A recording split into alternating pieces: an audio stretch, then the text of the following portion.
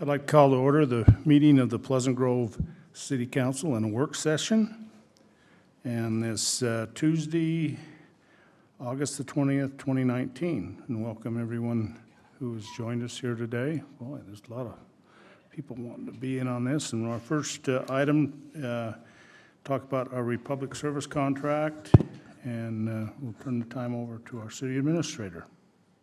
Sounds like our sound system's working good. Because I think last time we met, we were having a little trouble getting sound all the way in the back, but it sounds like that's been taken care of, so.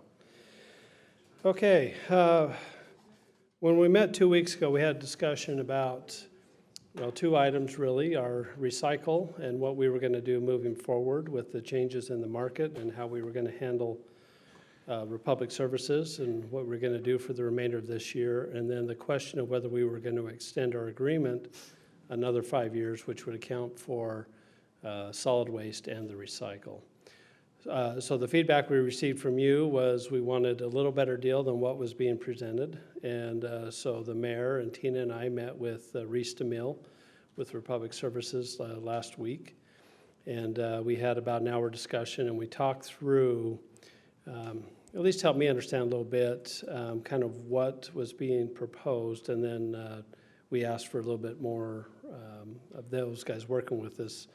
And so we reached, at least with the four of us in the room, a place where we were comfortable. Now, we relayed to Reese that, really the city council is going to be the one that says yes or no to this, but we have it to a point, again, as staff, Tina and I and the mayor, that we feel good about where we've landed. So what I need from you is, after I present this, is to get your feedback. If you feel like there needs to be a little bit more work, you can send us back to talk with Reese. If you feel comfortable where we're at, then we'll have the agreements written up and probably on our September 3rd agenda. So the purpose of today is just to kind of talk through where we're at now. Reese isn't here today. This was going to be as internal as the discussion gets for being in an open meeting, but just having us talk through where we're at. So some of the parameters on the deal, starting number one, was what was talked about 2 weeks ago would be that starting September 1st, we would do an additional 80 cents per recycling container added to our cost for what Republic Service charges the city to do this recycle. So from September through the end of June would be 10 months. The cost at 80 cents a container is about $4,000 to the city. So we would have a $4,000 increase on what we would pay to Republic. Now, what was represented 2 weeks ago is that we have enough money in our reserves to cover that 10 months and not have to pass that on to the residents. And then when we did our rates next year, we will need to take that 80 cents and pass that on to the residents because we can't absorb that cost forever. That was, as it was discussed with this body, that, hey, is there something else we can consider? So as we talked about that with Reese, this is tied into two things. So I want to make sure, and this was a little bit of a nuance that maybe I didn't understand clearly 2 weeks ago, but helps me understand this a little better. So when we talk about this 80 cents with the increased cost, so there, for lack of a better term, the disposal cost of the recycle, right now what they pay Republic Services to Rocky Mount Recycle is $90 a ton. Now that cost, as Reese was running the numbers and as we were running the numbers, if they were to handle the full cost of that is $1.30 per container.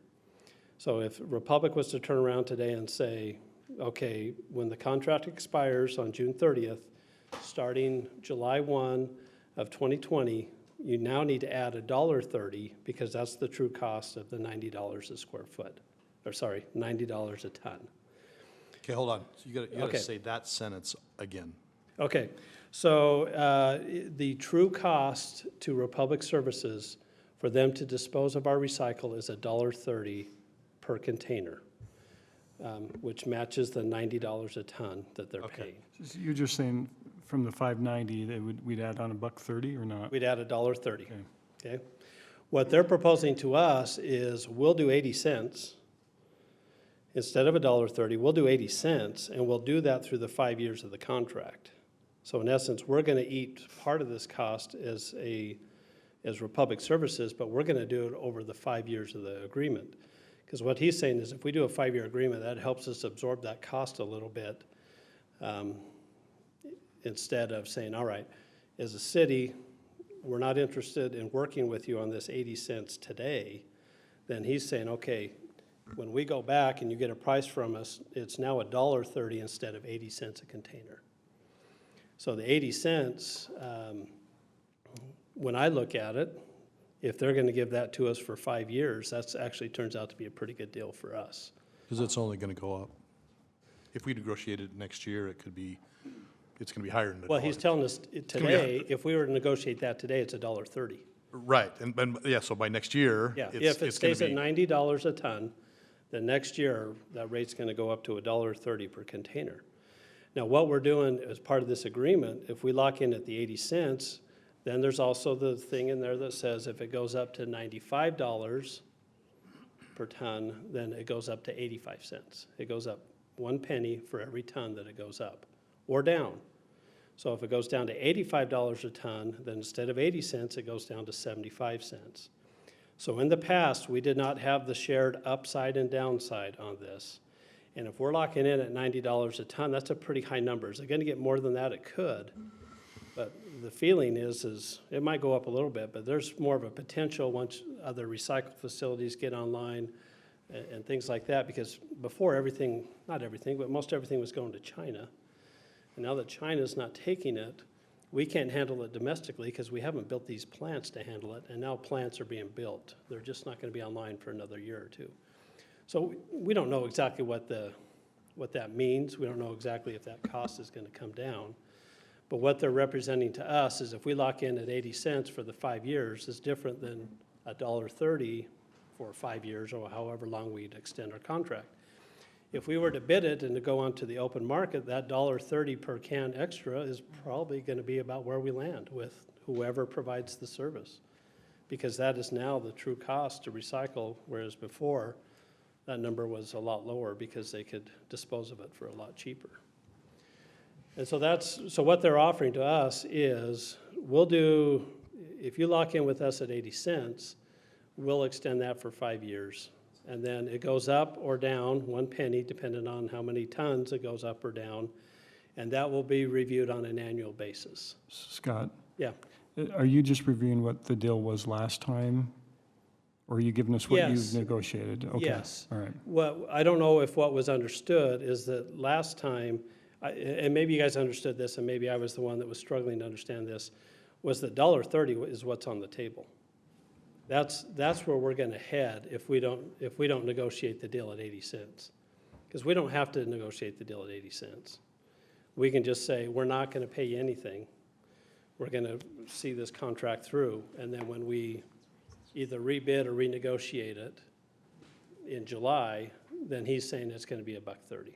Okay, so maybe I didn't understand last time, right? Because I understood the 80 cents, 40,000, right, over the 10 months, and that's what we were throwing back at him to see what we could work on. Yeah, but what he's telling us is you're gonna save money in the long run if we lock in at the 80 cents instead of the $1.30.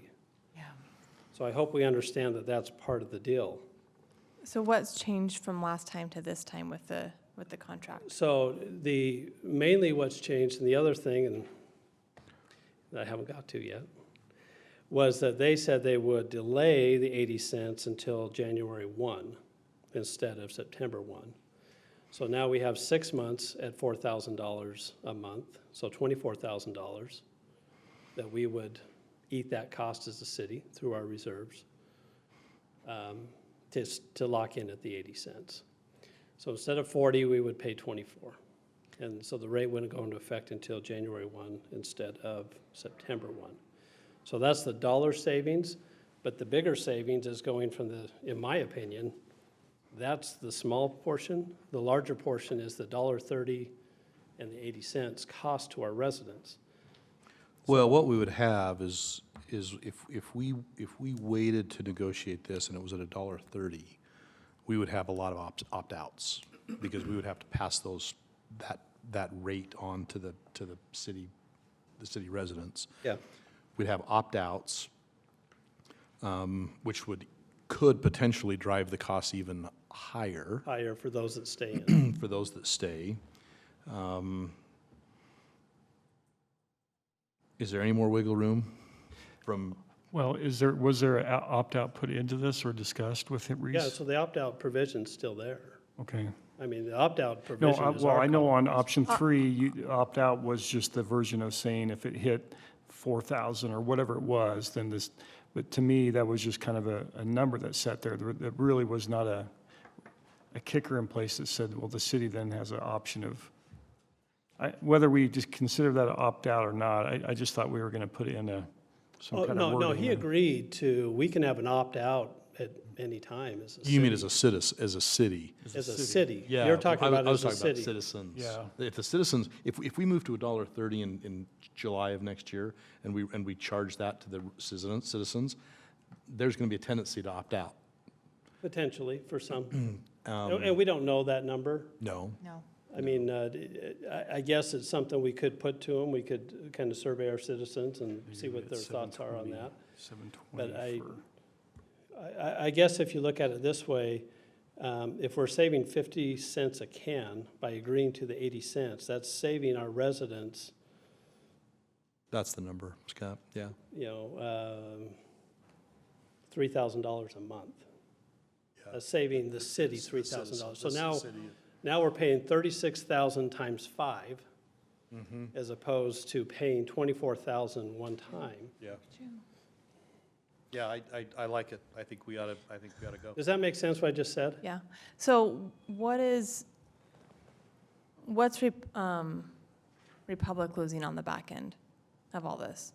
They're just not making as much What are money. they losing on the Yeah. back end? Because we're putting out, 50 cents a can per month. 50 cents a can per if month. that's the case, why are they still in the business of recycling if they're losing so much? Because they told us they can absorb that cost over 5 years. They're just, And then If what? they have a 5-year contract, well, then we renegotiate at the end of 5 years when the agreement's up. and they're waiting until America figures out what to do with recycling. So our contract This is a ends in bridge. June. Uh-huh. June So 30th.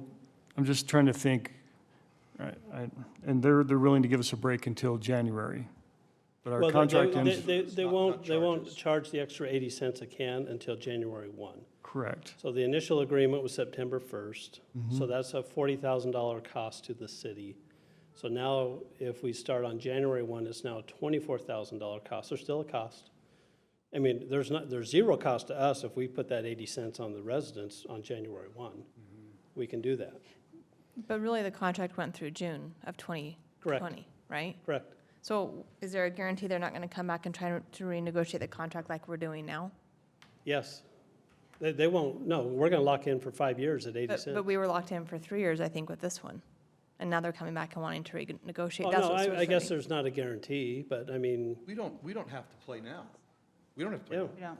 You know, You know, the issue here is we can either bite the bullet on the 80 cents from January to July, or renegotiate the entire contract at a starting bid price of $1.30 a can.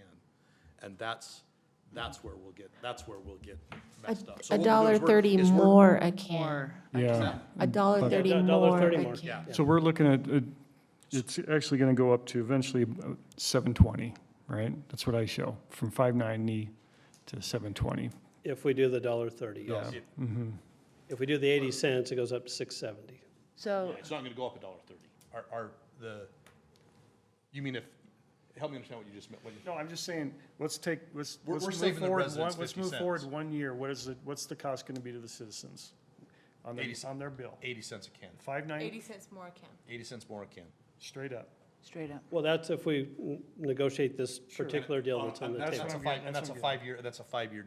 So for the rest of this year, if we don't negotiate with them, there's zero cost to the resident, but now it's going to be $1.30 instead of 80, starting in July 1. If recycling rates stay the same as they are today, Yeah. Correct. and everything I'm reading, they're not. No, if they go up, now, if they go up even at the 80 cents, our rate's going to go up a little bit And it's 1 cent per per ton, ton. per dollar per ton, sorry. And what was he had an escalation increase last time. Is that still part of this new contract as well? Yeah, so he had the regular 3% in there. We told him we would prefer to tie it to the CPI for garbage and recycle. Which is better, yeah. Well, according so- to him, we'd probably pay a little bit more in the last 5 years if we would go with that as opposed to a 3%. But it's negligible. I Well, prefer to but tie there's it. been some years we've paid less than 1% or Yeah. around 1.5%. We've been on the lower end, and he wanted the 3% total fixed. I Yeah, believe. my preference is we tie it to the CPI, because there's an upside and downside to that too, but, and that's for our solid waste. Now, our recycle, we have not changed in 9 years. It's been $5.90 since we implemented back in February of 2010. That's remarkable. So, that's been a pretty set rate. So what if we decide to go ahead with the contract, and early next year, we do a citizen survey before the rates go out that says it's going to increase 80 cents a can? And we get an overwhelming response that they don't want to continue recycling. There's an opt-out for the city at that point to no longer continue recycling services. There will be an opt-out, but it will cost those that continue to stay in the system more money. It goes up 10 cents per can based on how many people opt out. For every 250 people opt out, it goes up another 10 cents a can. Yeah. Yeah, that was a different, you were on a different wavelength. He's You were, just saying if the whole city just. if, we can. Oh, you're we saying can- if we decide not to recycle? Correct, like, Yeah, that's what I was getting at. Oh, no, but under that guise, we just write out our contract and the recycling ends. but what if we don't want to write out the contract? I mean, what if it's getting to the point where it's continuing to increasing as the costs have year after year, to the point where now, because I can tell you when it comes out on the utility bill, they're not going to know what's recycling. It's just going to look like the city's raising rates again. And where we've already raised it we raised it $5.60 this last time. Let's say it goes up to, it just continues to rise with the cost of recycling. Is there a way that we can just stop altogether and just say, it's too expensive for us as a city? Can we do that? Oh, yeah? We can opt Tell me out. when you want it to end and we'll make But it that's in end. the contract that we can do that, or are we No, locked in for we gotta 5 see it years? through for the rest of this year. Well, through this year, to but June are we 30th. locked into the 5 years? Let me mitigate this. If we sign a new contract for 5 years, we are locked in for 5 years. There's no provision for us to say, oh, yes, we're going to sign this contract for 5 years, but in 6 months, we may change our mind and want to drop recycling. That is not in the contract. So No, that's, no, Reese told us. No, we didn't discuss that with him, but in the meeting 2 weeks ago, he said that he would put that in the agreement. okay, all right. It's not in there right now. But he It's not, said he no, would. no, it's not in there right now. And then, we didn't talk about that with him when we met with him last week. I would wonder, the only reason I question that is because he was so adamant about the pro forma and how he fits all those numbers into the pro forma to come up with a figure. So I'm guessing that if we ended the recycling, wouldn't that adjust our solid waste number up to cover the? The pro forma, I don't think combines them. Okay. I think his pro forma keeps them separate. I just don't see us ending our recycle program, because there'll be still those people who will want it no matter what the cost is. And it's in the contract that'll go up, and I don't think the time will come where we'll have them beating down our doors saying, I think if you did that, you'd have them stacked in the chairs back there saying, don't take our recycle away from us. We want that. We believe in it. but there's an We option. don't care it's going in the landfill. We know it's going into my recycle bin. Well, and that was encouraging when Reese declared, no, we're still recycling. Yeah, it's not going to the landfill. So for me, the question has always been, are we going to recycle or are we not? Like, as a city, the cost conversation is actually reasonable, and I like the negotiation. The serious question here is, are we going to recycle or not? And I think the citizens want to recycle. I think so too. We're a high, we have actually, what are we 10,000 homes yet? Are we close to 10,000? I don't think we have that I many think it homes, was but- 4,500 homes. No, but we have a total city of 10,000 homes. About 11,000 So households. I don't think, as Yeah. far as cans, it's not that many. No, I'm saying, the percentage of this town that is recycling is admirable. Yeah, 4,500 cans, I'm just saying to get technical, it's about 4,800. 4,800 cans. But Out of we like have 11,000. Out of 8,000 in 10,000 some- homes. Well, 8,000 in some households, because we have Yeah. high-density housing Right, that might just have one dumpster. right. So they're not getting curbside recycling, so. But I think the price that we're paying, and I love the negotiation. My only comment here, in parentheses, after having said that, is that I don't want that contingency to be being taken out of mandatory solid waste reserve. I would like this to be taken out of the recycling So reserve. it's all one reserve. All Those one thing. are commingled. But do you understand that in my mind, we have mandatory solid and we have elective recycling? I don't want recycling people, I don't want solid waste monies to be spent on recycling monies, expenses. So I don't, The only way I'd be able to do that is, we'd have to do a calculation, and I'd have to separate fund balance, be a balance sheet entry. It's not something that our system capable of doing, of taking all the revenues and the expenses from that and allocating it over here. Just be a journal entry that I'd make. my opinion, it's minimal what we're gonna be taking out of our reserves. I don't think it's that big of a deal. I actually kind of like that idea about doing two separate funds, though. I mean, dividing them out. Well, it It's hasn't one been a fund. problem until we've needed to cover Yeah. But expenses. with it going kind of up and down, I kind of like that idea. So, and Well, I'm just saying, I would like us to look at yeah. it. We have I- mandatory money, Mm-hmm. mandatory expenses on solid. Okay. This is an elective, so, It's not going to hurt.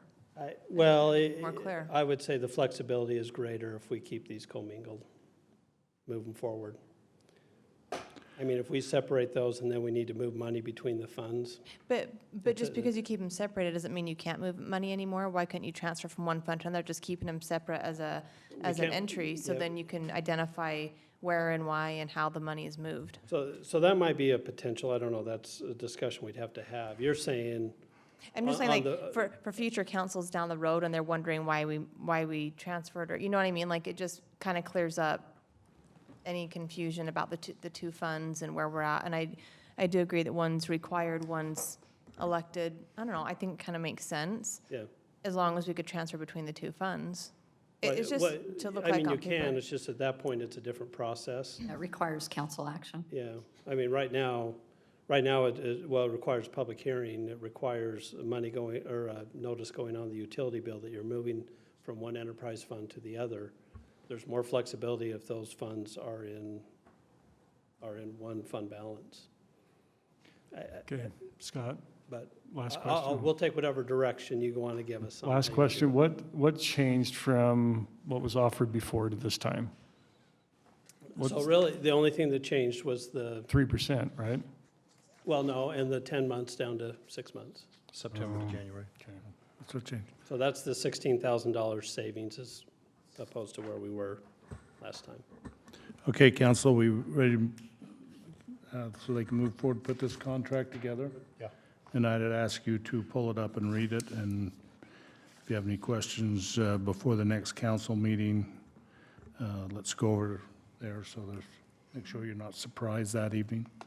So we'll get it out. Well, and we'll talk to Reese about the provision that the city can opt out of recycling altogether.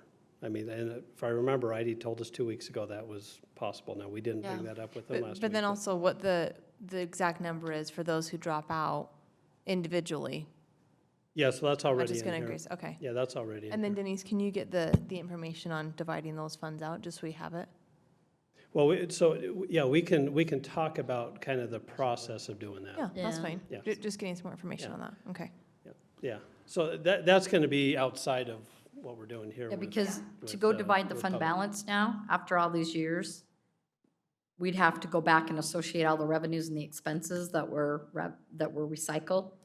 and then everything else. That's, because it's been commingled for all these years, then we're gonna have to kind of, Yeah. you know what I mean? Yeah, you and I can talk. Yeah. It might be one of those where we do it moving forward or whatever. Yeah, I maybe don't we know. do it, yeah. If it's, yeah, let you and I chat Yeah. about how that Okay. works. So, Well- so let me say this. I mean, I know we have differing opinions on where we're at on this thing. I think the best thing to do is put this in a contract form. Yeah, I mean, again, if a majority of the council's okay of where we're at with what we've negotiated with Reese, we'll put this in contract form. And then we'll be up for debate and discussion and vote in 2 weeks. And if, and Reese will be here, and if there wants to be further discussions on that, then we can do that. But, you know, eventually we got to make a decision and move on. And so, again, that would be, my recommendation is that we put this in contract form and we get a up and down yes or no vote from you. Great, Okay. thank you. Thanks, Scott. We'll now move on to item number 2, discuss on some maintenance issues at our Discovery Park.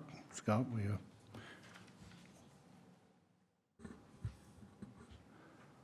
I think some of the council is aware of some of these issues, but I want to make sure everybody's on board with what we want to propose to do here.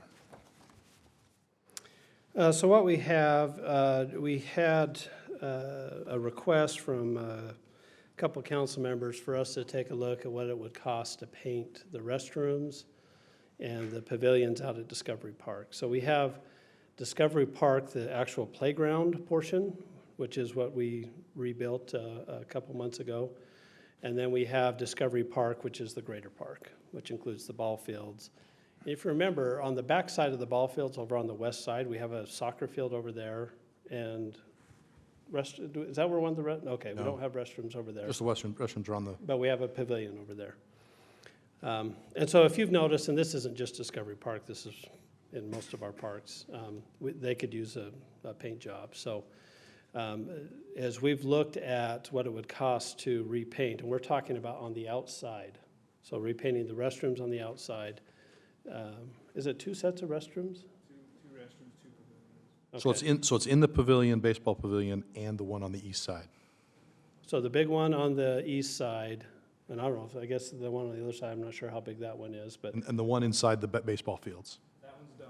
Oh, is it? Okay, good. That one we budgeted for last year. Okay. well, and, go ahead. But you're talking pavilion on the north side of Discovery, the actual playground, the outside of the bathroom, correct?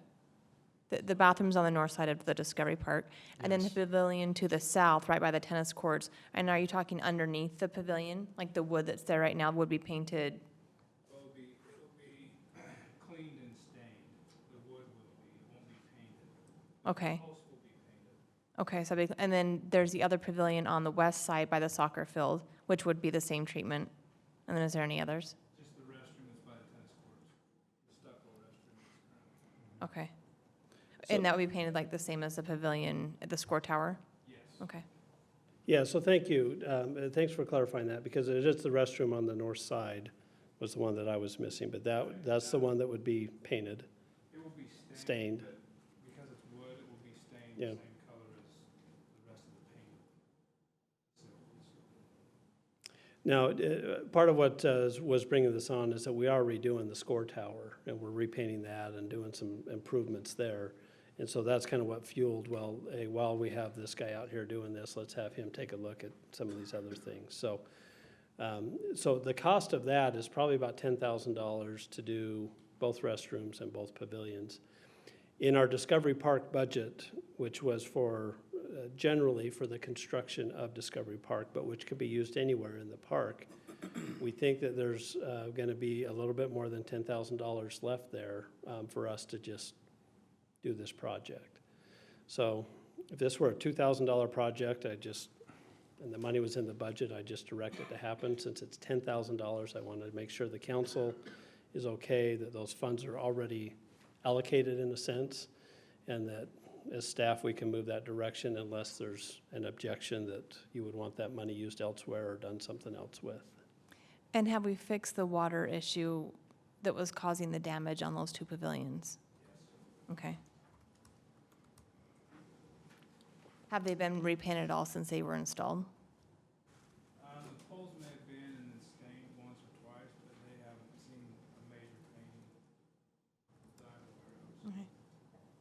As we looked at it as staff, and we're fine. In fact, if the money's there, let's do the improvements. Let's make that park. I mean, a new paint job would be very helpful. With the understanding, like I said, we have other needs in other parks, but, so whether the money goes to another park or Discovery, One I is think- probably one of the most heavily used Oh, yeah. parks. And Oh, if yeah. it hasn't been touched up yet, I know the two pavilions both had water damage underneath the roof that was visible. And then those restrooms on the north side of the new Discovery Park, could use a cleanup. So. Yeah, I agree. I've noticed they needed a paint job. So thanks for bringing it up, and let's get it done. Okay, Lynn, you okay? Everybody all right? Yeah, I'm fine. Yeah, it needs to all be refreshed, so that'll look good. Okay, we'll move forward on that. Okay. I have a list of items here, and I don't know, Eric, did you want to bring these up, or do you want me to just start covering them? Okay. So I talked with Eric earlier today. Hey, I want to update on a couple things, so he gave me a list, so I'll give you, Wait, a Yeah, couple, I'll give you updates. a couple is two. I think he gave I'm you gonna go Oh. with two We're over in the 10. first sign. gave you more than two. Scott pulls out like pages of notes here. I just told Eric, thanks for giving me a couple hours heads up so that I can gather my thoughts instead of having it sprung on me right in the middle of the meeting. Okay, so we have software update in progress. Do you want to clarify what? Okay. So this is the, not program tracking, project tracking software that we've purchased. So Kyler and I are working on that. We had the guy that developed the system, we met with him 2 or 3 weeks ago. He came in and gave us a tutorial on how to manage it. And so when we initially had it, Eric kind of put some things together so that we had something to present to you to show you what it was. And so we're kind of refurbishing that a little bit. What Eric did was fine. It's just, I think we're going to tackle it a little bit of a different way. So we are still in process, but the intent is once this, we need to populate it. So we'll have it in essence broken out by department, and then we'll populate what the projects are and the steps, and then this will be a tool for the department heads to track where we are on certain projects. And most of these projects that are going to be on here are projects directed by the city council to staff. So things that we talked about in the retreat, things that are on this list that we will have an ability to, that at any given time, if the city council wants to log in and see where we are on that project, you'll have that ability to do so. As the city administrator, I'll have that. Now, generally, if I want to know where it's at, I'll call somebody up and say, hey, where are we at? But this will have a nice little central place where this information will be gathered. And then we can expand it into strategic planning and goal setting and things like that. I think maybe when we get into next year's retreat and we have a little bit of flavor for how this works, I think this is a tool that we can use to kind of help gather all the thoughts and then make sure we're pushing in the same direction on what we're trying to accomplish. So we don't have it populated yet. Like I said, we met with a guy just a couple weeks ago to start that process, but I've lumped it on Kyler's plate to be the major ball carrier on this, but I'll be involved as well as we move forward. So what are you thinking for date? I'm hoping by the end of this year, we'll have it all populated and ready so that when we hit our retreat in January, February, you'll have a sense of what's in there and then what you want to add. Some of the projects I think have been completed from what we've talked about, like Discovery Park and those types of things, but that's my sense. It will take us a little bit because we do have to circle back with all the department heads and get that stuff. Because parallel with that is we're working on performance measurements with all of our department heads. And again, that's a project that Kyler's taken on. But so we're meeting with each department and setting some benchmarks on some measurements that we would like to track and then track those year after year. Now, whether that ties into this software or not, we're still debating how that's going to work. We have a pretty decent tracking system that we're just using Google Sheets for. But we'll see if there's an implementation. But I'd love to have that. I'm thinking by the end of this year, we could have that all populated. I was thinking October 1st. That won't happen. I'd love to have it by October 1st too, but we're not going to have enough time to do all that. So. Any implementation of any new software takes longer than you think. Well, it's not necessarily the that's for sure. software. It's more gathering the information from departments and getting that implemented. So It's on our radar, we're working on that. It's just, we're also working on 12 other things on this list too, so. Give you a few items, you know. Well, some of these, I think we've already addressed and taken care of. We are mandatory teams because of security. Because Google Sheets is not. Okay. So, proceed. Next up, medians. So that was the contract that we have with the landscaping company that if we start getting overrun in our medians, then But have we utilized them yet? not yet. Why? I don't think, Dion, have we? Why?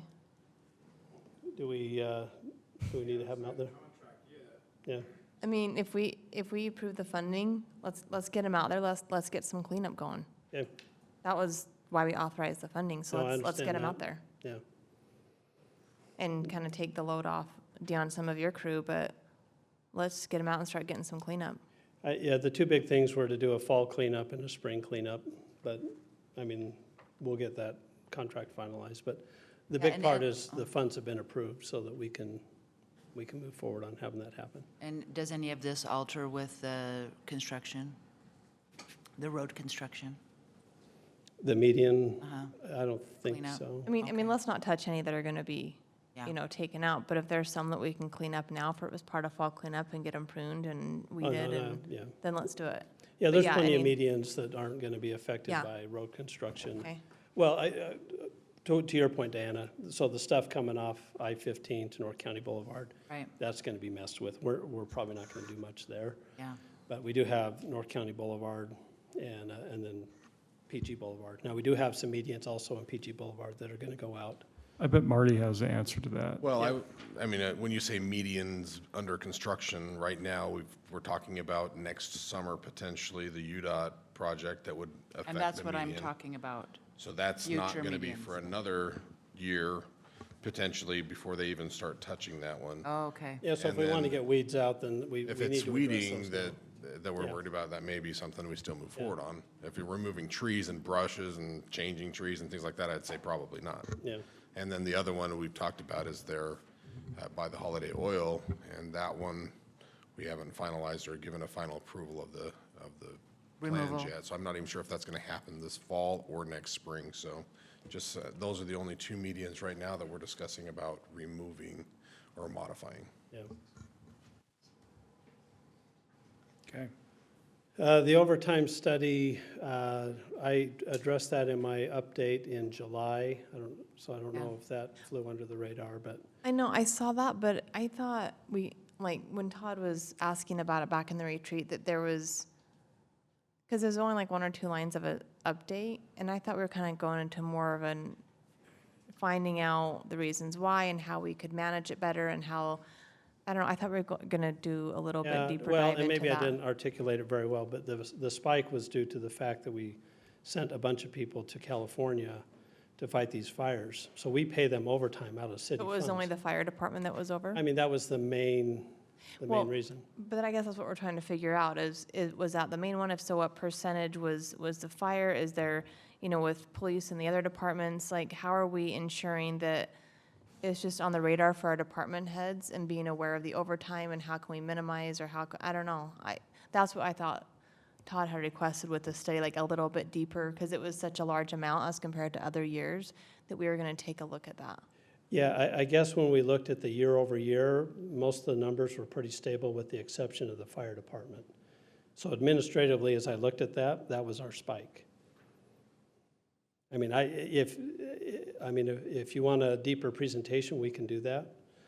But, Not necessarily a deeper presentation, but just making sure that we've taken a look at that's the actual reason why and that, I don't know. so by our calculation, that's the actual reason why. So we should see a decrease this year since we didn't, Yep. okay. Yeah, I mean, the department heads have an overtime budget. They have to stay within that Right. budget. So it's not like they have carte blanche on how much overtime they're gonna do. The reason the fire department was able to do that is because we were reimbursed all those funds on the back end. Okay. So to me, it's pretty straightforward why. And so I don't think we have an overtime problem. I don't think we have people abusing it. I think our department heads are staying within the parameters of what their budget's allocated. I think that's what we were just trying to figure out because we didn't Yeah. know at the time of the retreat why it was over. Yeah. And I mean, I just addressed it via an Yeah. email. So again, if it need to be a little more robust, I mean, that's something we can bring back and just kind of Okay. show you the numbers on our research, but, I mean, that's the Maybe let's just see for explanation. this next year where we're at with this next, with next Okay. year's retreat, and then we'll kind of go from Yeah. there. Okay. Yeah. We have the employee pay study. We've entered into an agreement with Mike Swallow. We subscribe to a service where cities put in all of their employee information every year, and that's what we benchmark our wages off of. He's going to do a comprehensive study for the whole city. He's going to start that this fall so that we would have it ready by budget time, February, March next year as we address our budget. So we've engaged in him, and he'll be getting started here soon on his analysis of the wages. Does he get his comps from other cities, or does he look at the market in general? Most cities are a part of this, TechNet, and so they upload their own information. So every year when raises go out, I don't know how many cities are on this thing. It's most of them. Okay. And so they upload it, and so you can pull up Clearfield, Orem, Lehigh, American Fork, and we can benchmark on what cities that we choose to benchmark against. Okay. And then it has what their ranges are, and then it has what the actual for the person that's actually in that position. And so it gives us some pretty decent knowledge. What Mike Swallow's gonna do is he's gonna go deeper and look at maybe the full benefit package and Yes. and salaries and all that to make sure that our ranges are intact with what the market says, and then evaluate each position that we have as a city to make sure that we have our employees in the ranges that they're being paid. Hey, Scott, Yeah. sometimes there's like an asterisk on like our fire department or police, that, is he gonna look into, I know the fire department's done their own. I mean, they're a little bit different, right? And when we compare, I would hate for us to compare against a city like Orem or bigger Provo, So for them. generally speaking, when we benchmark cities, it's cities that are roughly the same size as us. But we're If- not losing we're not losing employees to those markets. We're losing them to like Harriman. Well, and that's just typical for a city of our But size. Can we declare we would love to have certain cities studied? But I would also like just a fair market evaluation with the private sector as well. So he doesn't, the hard part about private sectors, they don't release salary information. They're not obligated by law to make that public. Can't get those. And so for us to go to a private organization and say, tell me how much you're paying your construction workers, they're not going to release that information to us. Scott, one of the things that he's going to be doing is looking at knowledge, skills, abilities that are required for the job and comparing positions that way. So Yes. what I could do is what maybe a department has done, where it's, let's compare to other departments. His system is a little more sophisticated than that, where it's looking at other departments, but it's also taking into, it's having some impact based on what the requirements of the position are. If we're gonna require a degree for that position, that should impact the wage. And so his system is a little more robust than maybe what you would normally get from a department who's going to put together a salary survey.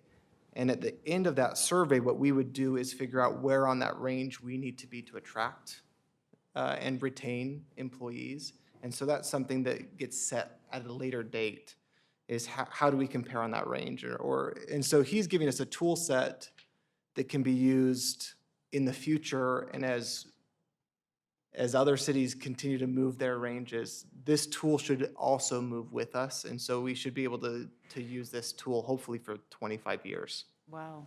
On the fly type of.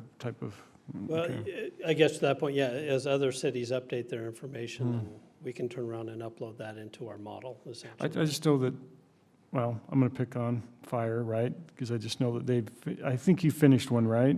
Yeah. Is that able to be integrated or shared with this individual, or? Yeah, if they want to share that with us, we can Okay. turn that over. I mean, he has his way of doing that, and, because individual departments, if they want to run salary studies, yeah, we'll take a look. Generally speaking, though, what he has in place is the same across the board for all departments, and so I don't I don't know what the fire department did as far as who they're comparing against. I don't know how they're comparing the positions or whatever. But we'll take a look at that. Good exercise, I No, guess, we'll then. take a look at that. That's not a problem. Yeah, our issue is going to be actually funding what the recommendations are gonna be. Like, straight up, I already know that's gonna be our problem, so. But we'll tackle that one next year in the budget, when we get there. We have the PSB punch list progress, which I think for the most part is going okay. I know the flagpole's kind of the big one, and they came and they fixed it and straightened it, but as I'm looking at it, I think that pole is bent. So we've told them we need a new pole, so. What about any issues inside the building that needed to be fixed? Like, I don't know, I just remember talking to you a couple months ago, and there was a list of items that needed to be, everything from kind of touch-up paint to maybe carpet that had been stained with paint through the process, or whatever it was, just little I things, think just some they've big been items. taken care of. That's most all of been those, taken care of? yeah. Okay. Yeah, I mean, before we occupied, they did a punch list, and they've taken care of 90 whatever % of Okay. that. And so really, the only things that are left, well, it's like when we had the councils over the other day, and we did the walkthrough on the building. I mean, I saw a piece of carpet that was, and I haven't walked through to see if that's been fixed. I'm assuming it's been fixed, but Jason Moon, who was the person that was over here, I mean, he still comes over. If we contact him, he'll come over and take care of whatever. And then outside of the punch list is we have a 1-year warranty on whatever. And so if there's something that falls apart in 6 months, Big D walked us through, they have a computer program, you punch it in, they come in and fix it. Okay. So the glaring one to me is that flagpole out front. And, I mean, first of all, it was like this, and then they got it like this, but I think the pole's bent, so it's like that. And I don't know. We've contacted Jason. When Deanna and I talked about it the other day, and I think the fire guys intensely backed in on the police's Maybe they did. fire pole. maybe they did. We don't park over there because we get backed into by people visiting the. Oh, okay. Did that happen? So code enforcement is a thing that we're constantly trying to figure out better ways to do this. In fact, we had a big discussion in our staff meeting today on ways to make this more robust. So we do have a dedicated officer right now that is taking care of these issues. Our issue now that we're trying to make better is the reporting. So for instance, a code issue could come from a resident, it could come from a council member, it could come from a staff member. There's different angles in which Alex Garcia, who is our code officer, in which he would receive a concern, a code concern. A resident right now, if they had a code concern, a lot of times I think they call community development, and then community development would let Alex know. Because of our reporting system on the police side, the best way to do it right now is to have people contact dispatch, and then they create a case number, and then Alex can follow up on that through Spielman. So- Now, go ahead. So I'm going to interject right there, and something we talked about is maybe implementing some kind of form on our webpage that specifies certain things that can be reported from Yeah. there, and that creates a case number. I don't know if that streamlines it or helps, because some people are intimidated to call, Yeah. right? That's why they come to us or mayor or whoever, and So the solution we touched on was, in essence, creating a doc that can go on our website. That's a one-pager that somebody could fill in with their name, their address, their phone number, and here's what the code issue is. They would submit that, and then we would have that either go directly to dispatch or go directly to administrative staff in the police department, and then they would upload that into Spielman, and then Alex now knows. If there's something that I'm looking at that's a little more detailed or nuanced, then, I mean, I'll call up Alex and say, hey, can you come in and meet? And then we'll talk through, because it's more than just an email at that point. But then he would need to go in on the back end and create his case number so that he could follow, the progress of that issue.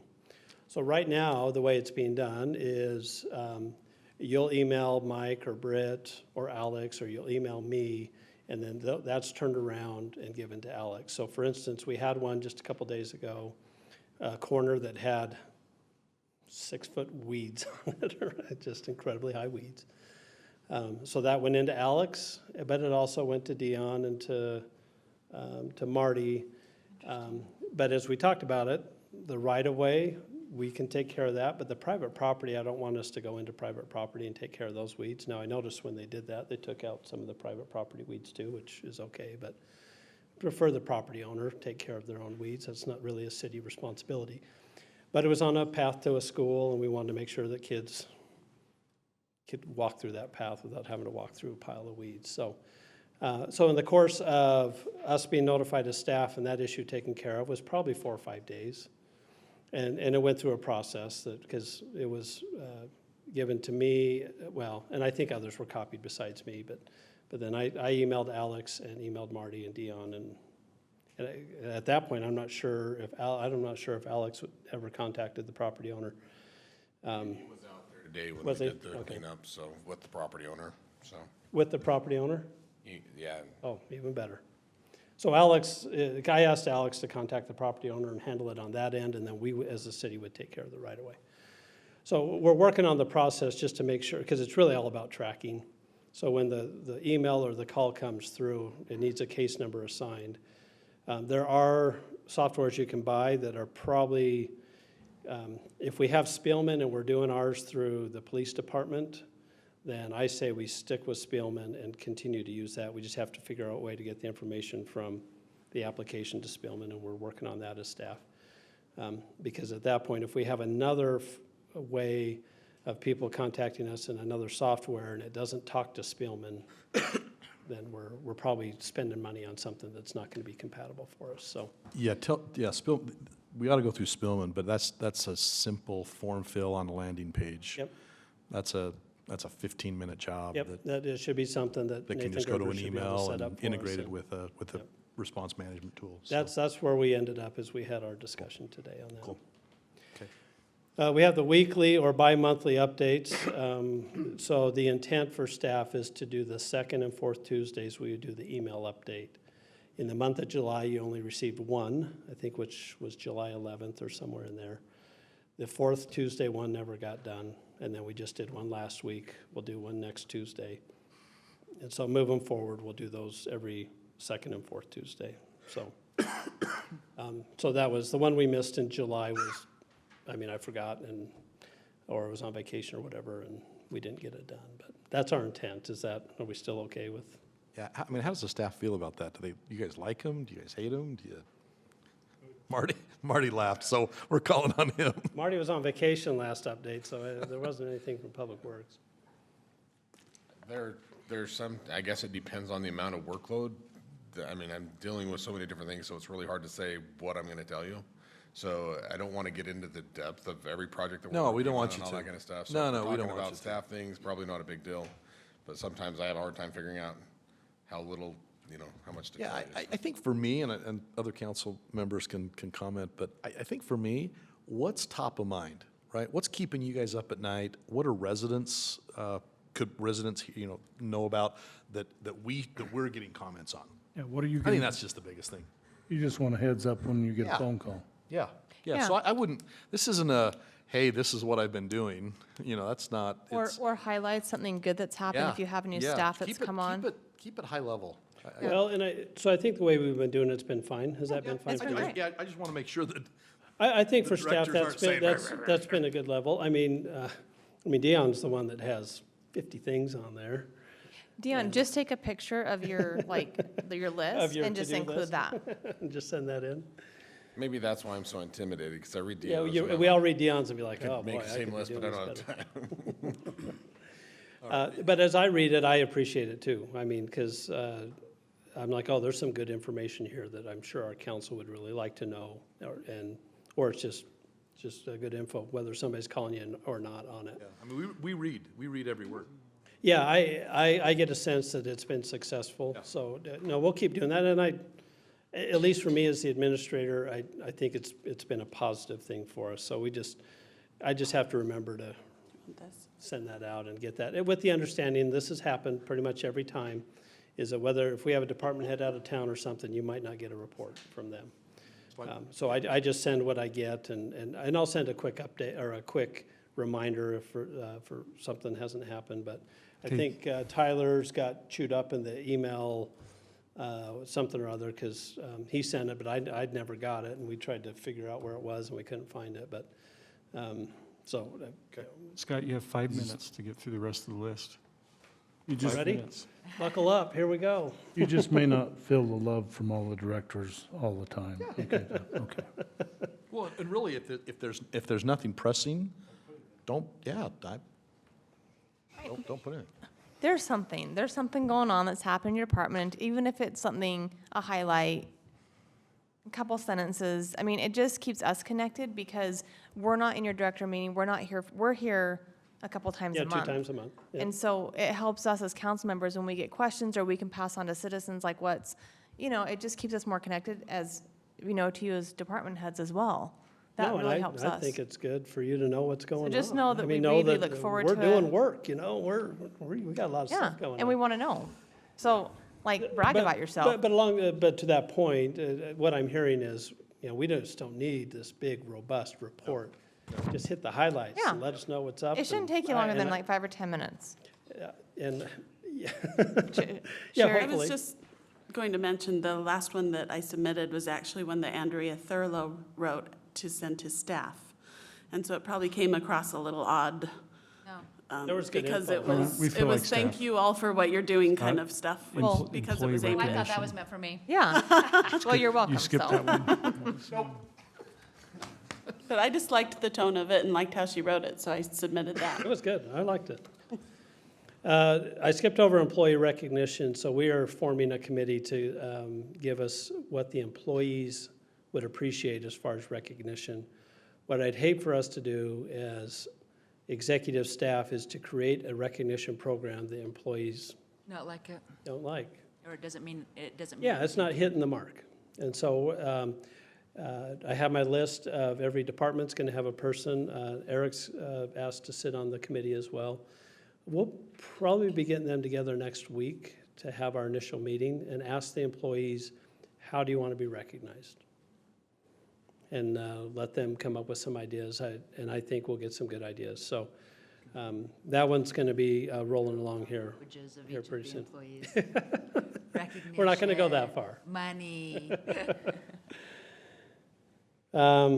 E-permits, is that just our online building? So skip that because Daniel's not here, but he was going to talk about that, so skip that. Yeah, well, he's working on the software Yeah. that's going to handle to do everything online as far as the building's concerned. So he's got a price on it now, and now he's working with Denise on how to fit that in their budget.